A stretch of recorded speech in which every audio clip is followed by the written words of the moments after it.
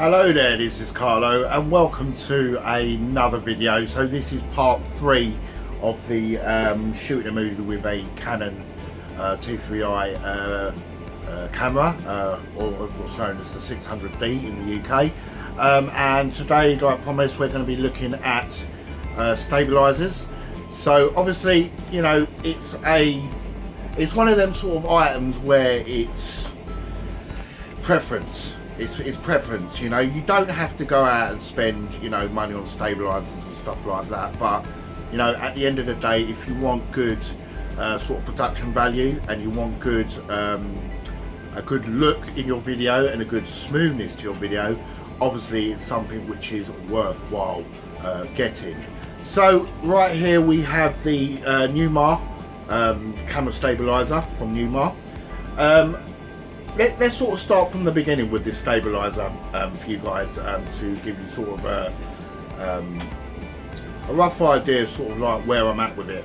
Now, I ordered it off of Amazon. It was about 120 bucks, so it wasn't that dear. And delivery took about 2 weeks to arrive to the UK. So it did come from America. Sorry, not America. What am I talking about? It came from China.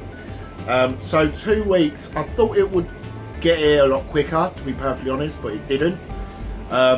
But 2 weeks is still not too bad for something that's coming, you know, to me from halfway around the world, so it's still not too bad.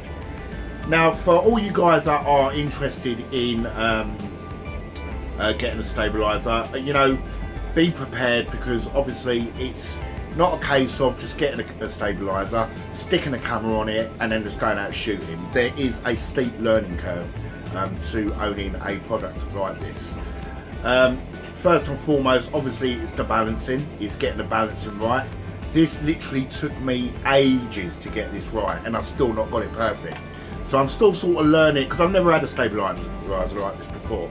All the stuff I've ever used have been things like shoulder rigs and Mobies, which have motors in them, so they calibrate themselves electronically. So to have something that's manual like this was a big sort of not a step up, but sort of difficult solution. So I wanted to get something like this because I wanted it to, you know, have something which is fast paced, you know, I could just grab hold of, you know, go out in the field and just start shooting video. But like I just previously said, this has quite a big learning curve. You really have to sort of be patient with it. If you're not patient with something like this, then it's not going to be for you. A stabilizer is not going to be for you, and maybe you're going to be looking at something like a shoulder rig. But I do feel once you get the aesthetics correct and you get it all correct and decent, it is an amazing tool to have for movie making. Obviously, it's going to give you nice, smooth panning shots.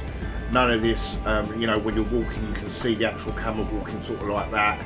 You know, the person walking like that, it literally just moves really, really smooth.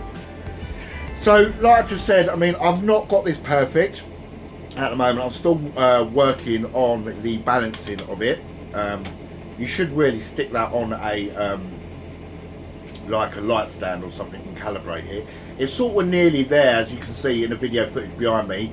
It's a bit wobbly, like it's sort of like rocking from side to side. But I will get there and I will get it stabilised perfect. Now I must purchase it if you're getting a stabiliser. It's something I didn't get, but I've just literally ordered. Is a quick release plate. This comes with a little release plate like this. So this basically moves sort of left and right. I don't know if you can see that properly there. And this screw here basically undoes it and the plate comes off. But after spending like 10-15 minutes trying to stabilise it, and then you think to yourself, right, I want to put my camera on a rig now, you know, you're going to have to go back to square one to re-stabilise it. So the best solution to that is get yourself a quick release plate to basically connect to the camera, so you can basically just take the whole thing off, the whole camera off, and then just basically have this stay basically where it is.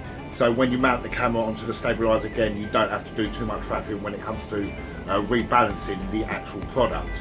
Now, you get a stand like this. Obviously it's built onto the stand, but the stand is actually, it does, let me just undo it for you guys. It does extend like that. So it's got quite a sort of lengthy extension to it, but obviously I found that you won't actually use this because it just doesn't do much for the balancing of the camera. I've got 2 weights on it at the moment, as you can see there, and it does come with small weights, as you can see there, which is not too bad. And you're also provided with a black carrying case with the actual product as well. So it basically gives you everything you basically need.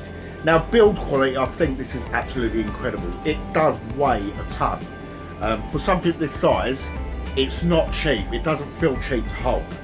You know, it doesn't feel plastic because it's not made of plastic. It's made of solid aluminium. So my only concern was, as you can see, I'm quite a big bloke, and holding this like this does actually, you can feel it in your shoulder if you hold this for a long period of time. So obviously you're meant to sort of hold it like this and then sort of like guide it with your fingers like that. So it has got a bit of weight for it. It's all made of aluminium. There's not one bit of plastic apart from the rubber handle.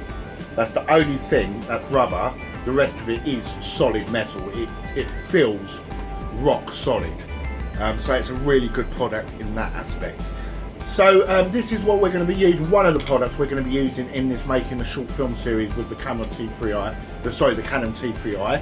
So the next video we're going to be looking at shoulder rigs. I wanted to sort of take it to the next level. So if you guys are thinking about making a short film, obviously you know what each of the product does and what sort of results you're going to get from it. So this is the shoulder rig we're going to, the stabiliser we're going to be using. Next video we're going to be looking at the camera rig and the shoulder rig, and then we're sort of going to be comparing them both together, sort of like stabilisation wise, to see what results we get from both. So I hope you've enjoyed this video looking at stabilisers, or a stabiliser in general. Do remember to hit that like button and that subscribe button for more cool videos from this channel, and I will definitely catch you guys in the next one. Ciao, ciao.